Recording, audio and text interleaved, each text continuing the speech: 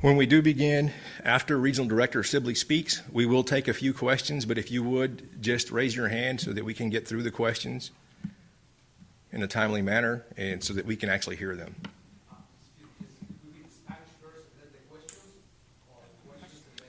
It will be the questions and then the Spanish. The Spanish will be done at the end and summarize everything that we've done today.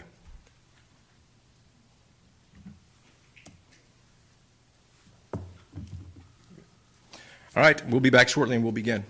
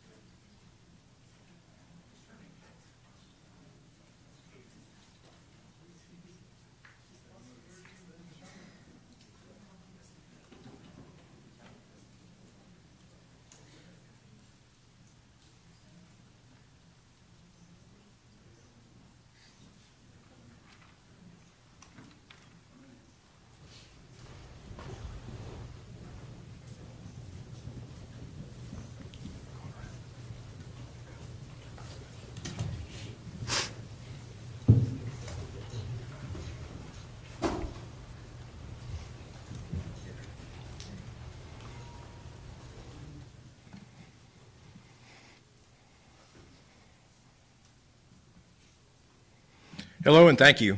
My name is Oscar Villarreal. I'm a lieutenant with the Texas Department of Public Safety. As we begin today, I'm going to go ahead and introduce our speakers. First will be Chief Brian Harvey with the Allen Police Department. Then we will have Special Agent in charge of the Federal Bureau of Investigation, Chad Yarbrough. And then summarizing things at the end will be our Regional Director, Hank Sibley with the Texas Department of Public Safety, before we begin our Spanish translation.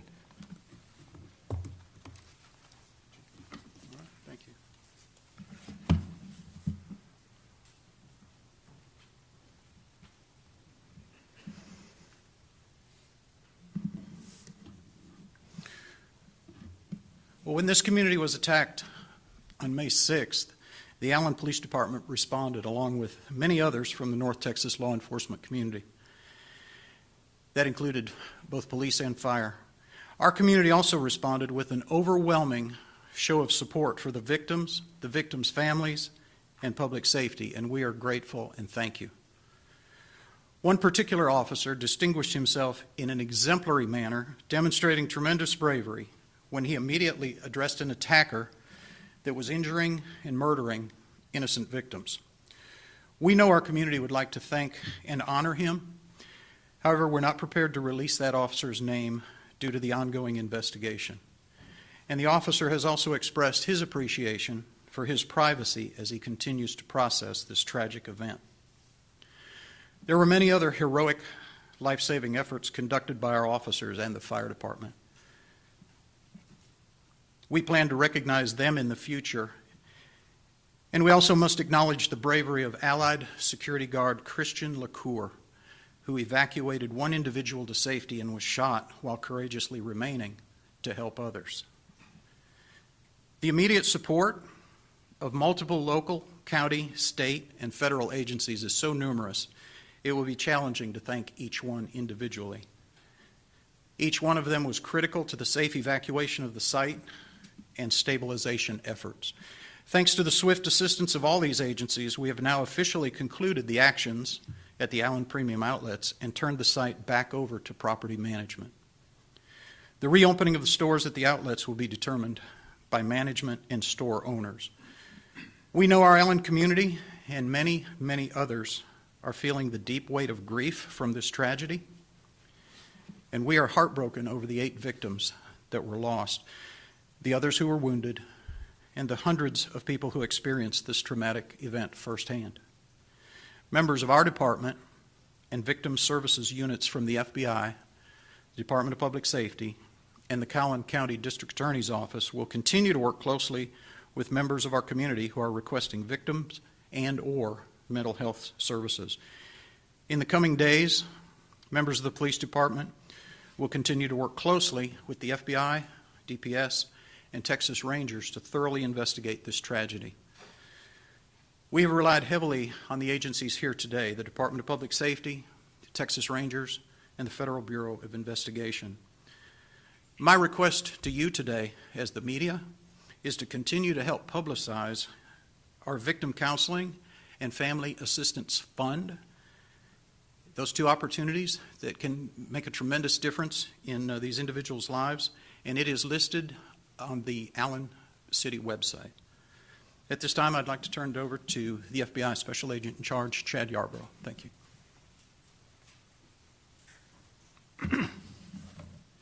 Good afternoon. My name is Chad Yarbrough. I'm the Special Agent in charge of the Dallas FBI Field Office. First and foremost, on behalf of the FBI, I want to begin by expressing my deepest condolences to the victims, to the families and loved ones of those murdered and injured in this vicious attack this past Saturday at the Allen Premium Outlets. We recognize the fear and heartache that occurs when heinous acts of violence are committed, and the devastating impact it has on the people and the community. Since our arrival to the scene on Saturday, the FBI has devoted significant resources to assist in the investigation of what occurred in Allen. Those resources include investigative personnel, intelligence, digital forensics, and victim services, just to name a few. The FBI is currently analyzing electronic devices and digital media connected to the suspect at our North Texas Regional Computer Forensic Laboratory. There's still a lot to be done in this investigation, and we will continue to thoroughly review this material and share with the investigative team. The FBI's Victim Services Response Team has been deployed with over 20 specially trained personnel to work and collaborate alongside the Allen Police Department, the Texas Department of Public Safety's Victim Services, and the Collin County District Attorney's Office, as well as other state and community organizations, to provide essential support and assistance to those impacted by this unimaginable tragedy. Strong, well-established relationships with our law enforcement partners and community members have been indispensable to this response and investigation, and we cannot thank our partners enough for their steadfast commitment and unyielding efforts to help others. As of yesterday, the Victim Services Team and community partners have been able to provide resources and services to over 30 families, which consists to over 100 individuals, and over the past 2 days, FBI personnel and community partners have escorted close to 1,100 people to retrieve their abandoned vehicles in the parking lots in the vicinity of the shooting.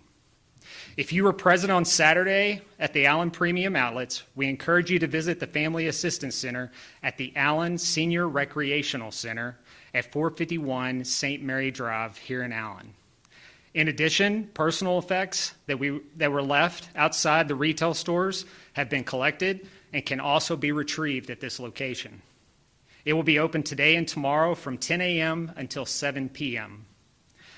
Victims are not just those who are physically injured, but also those who were present and may be experiencing emotional distress.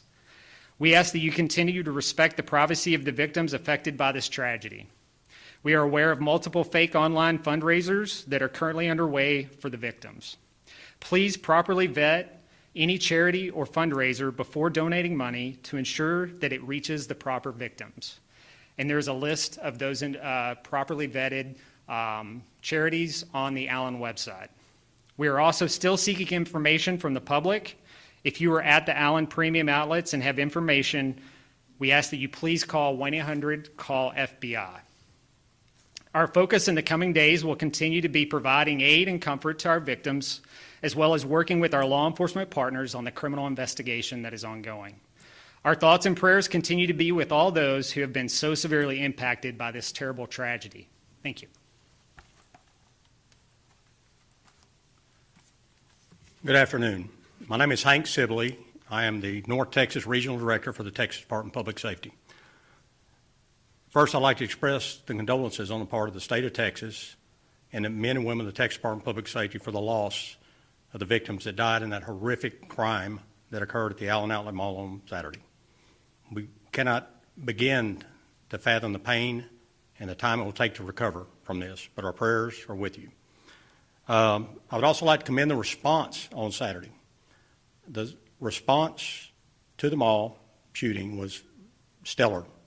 We are so blessed that an Allen police officer who took the appropriate action did what he did when he did it. He undoubtedly saved countless lives. If he hadn't been there, I think we'd had a much more severe situation. On top of that, the agencies that responded, the local agencies, sheriff's office, other PDs, the fire department, everybody did what they were supposed to do and responded to the scene. From the DPS perspective, we had Texas Highway Patrol troopers on the scene within minutes. We dispatched our Texas Rangers to assist with the shooting investigation, and ultimately the Rangers have taken over the lead in the investigation. In addition, we had our SRT teams, aircraft, and now to this point we have our victim services counselors on the ground. I will tell you that Governor Abbott, through my director, Steve McCraw, reached out immediately and said whatever needs to be done to support the city of Allen in this horrific time, to do it. All state resources have been committed to this effort. The Texas Rangers have been tasked and been put in lead in this investigation. It's a very large crime scene, very complex investigation spanning multiple jurisdictions. And the Rangers, along with the local law enforcement agency, Allen PD, and our federal partners, particularly FBI and ATF, are working hand in hand to get the answers. You know, many of the answers are still away from getting to, but some things we do know. We have processed the crime scene. As the chief was saying, and the SAC was saying, we've released the parking lot, 1,100 vehicles.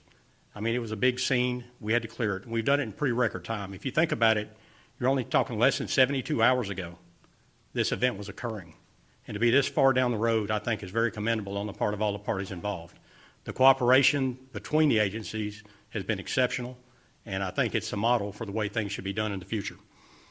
One thing that we do know is after we've identified the shooter, and his name has been made public, he's from the Dallas area, so the FBI, Dallas PD assisted. We ran warrants down on his residence, his actual parents' house, and I believe hotel residence, to see what evidence we could glean from that. The FBI has his computers, cell phones, and other evidence, and they're in the process of trying to do digital forensics, as the SAC mentioned, to go ahead and ascertain what type of evidence we can get off of that. The shooter had no CCH, no criminal history, so we had no documentable criminal history on him. He was in the U.S. Army, and that's been posted on the media, in 2008. He was in basic training. I think early on in basic training they realized, from what I've seen, that he was not a fit for the Army, and so they separated him from the Army. before he got out of the training mode. There were some questions, about his fitness for duty. That information will be forthcoming later on as we dig into the investigation. He also had a private security license in the state of Texas. Again, he had no criminal history, and the license has expired. I understand he worked as a security guard for several firms, but he was not an active security guard at the time of this. He had 8 weapons with him. He had 3 on his person, and he had 5 in his vehicle. The Bureau of Alcohol, Tobacco, and Firearms has run traces on all the weapons. All of the weapons were legally obtained by the shooter. None of them were stolen, anything else. And now we're running checks on them to see if they were used in any crimes. But at this time, we haven't uncovered anything in that regard. The big question that we're dealing with right now is what's his motive? Why did he do this? Well, the big question is we don't know. That's what the investigation is trying to find out. We do know that he had neo-Nazi ideation. He had patches, he had tattoos, even his signature, verified that. That's one thing we do know. We are trying to get into his computer and on social media and find out, whether he had anything that he'd publicized or been out. We're looking around, we're seeing trying to find what he looked at and trying to get every the information we can. This is the ongoing part of the investigation, and we have a situation that once we figure that out, hopefully we figure that out and get definitive about it, we can go public with that down the road. To me, it looks like he targeted the location rather than a specific group of people. He was very random in the people he killed. It didn't matter the age, same race or sex. He just shot people, and which is horrific in itself. As I said before, the investigation is ongoing. The Texas Rangers, FBI, ATF, and Allen PD, as well as any other agencies assisting us, are going to leave no stone unturned to try to identify this motive and try to find out whatever we can. At this time, we think he acted alone. There's no indication he had any Confederates or anybody working with him, but we're also keeping an open mind in that regard too, because you never know. As the FBI SAC mentioned, our victim services, the state of Texas Victim Services, working hand in hand with the city of Allen and the FBI to try to assist these victims to get on the road to getting their lives back to normal. So we're doing what we can, and the information that you need to contact is there. There's also, the state of Texas has a crimes victim compensation fund, and we're also trying to plug the victims into that to help them get their lives right. Okay. With that, that's all I'm going to brief on right now. Again, the investigation is ongoing, but I will take a couple of questions. Would you consider this an act of domestic terrorism, considering his racist ideology? Well, it's too early to say that for sure. Obviously, circumstantially, you might say something like that, but we need to get more into his ideology, get into his social media, and see more than we have. Can you confirm that there is a website out there that he has posted the pictures of him with the swastika tattoo and some of his notes and his ideology? I know there's a website out there. I haven't personally seen it. I know the FBI and the Texas Rangers are looking into that, and that's another part of the investigation we're looking at. Can I ask if at this point there's been any kind of manifesto or anything like that that you have found in his belongings? Not to my knowledge. Yes, sir. Yes, sir. We understand that he worked some private security gigs before. Did he ever work at the Allen Premium Outlets? Not to my knowledge. I don't have the names of the companies he worked for, and I don't know if he worked at that location. He hasn't worked in the security business for a while. But we don't know. You know for sure he did not work I do there? not know 100% where he worked. Yes, sir. Have you been able to build a timeline of how long the event lasted, and whether or not all of the victims were indeed shot by this suspect? So I believe the event was like 3 to 4 minutes from the time that the first shots were fired. I think it was 3:37 or something like that. And we're looking at, I think within 3 or 4 minutes, the Allen PD officer had neutralized the suspect and the shooting stopped. And there's no indication anybody else was shooting besides him and the officer. Given what he was posting on social media, was he on law enforcement's radar at all? Not to my knowledge. Last question, and we'll defer to... Matt Cutler with ABC News. I think I'm probably echoing the public here. Is there any way that you think you can protect the public from the next mass shooting if anyone, a suspect like this man, who we know is discharged from the military over mental health concerns, can go out and purchase an armload of firearms? Well, that's a very difficult question. And he was in the military in 2008, and the reporting requirements were a lot different back then than they are now. And even if he couldn't have purchased these firearms legally, he probably could have obtained them illegally or used some other vehicle, literally a vehicle, to perpetrate something similar. You know, it's when you have people with mental illness, if it turns out that this gentleman has that, when you have that situation, they will find a way. So, Make your job harder? Sometimes, yes. Sir, are you saying that he could not have gone into a licensed dealer and purchased a weapon? No. He had to buy it? No, he legally, every weapon he purchased was legal. So, You could do that, you could do that from, you could purchase that, you could Thank you. purchase a weapon from somebody privately. All right, But so could you- moving into the next phase of our brief here, Sergeant Tony de la Cerda will step forward and translate what you just heard into Spanish. So give us just a second and he will begin.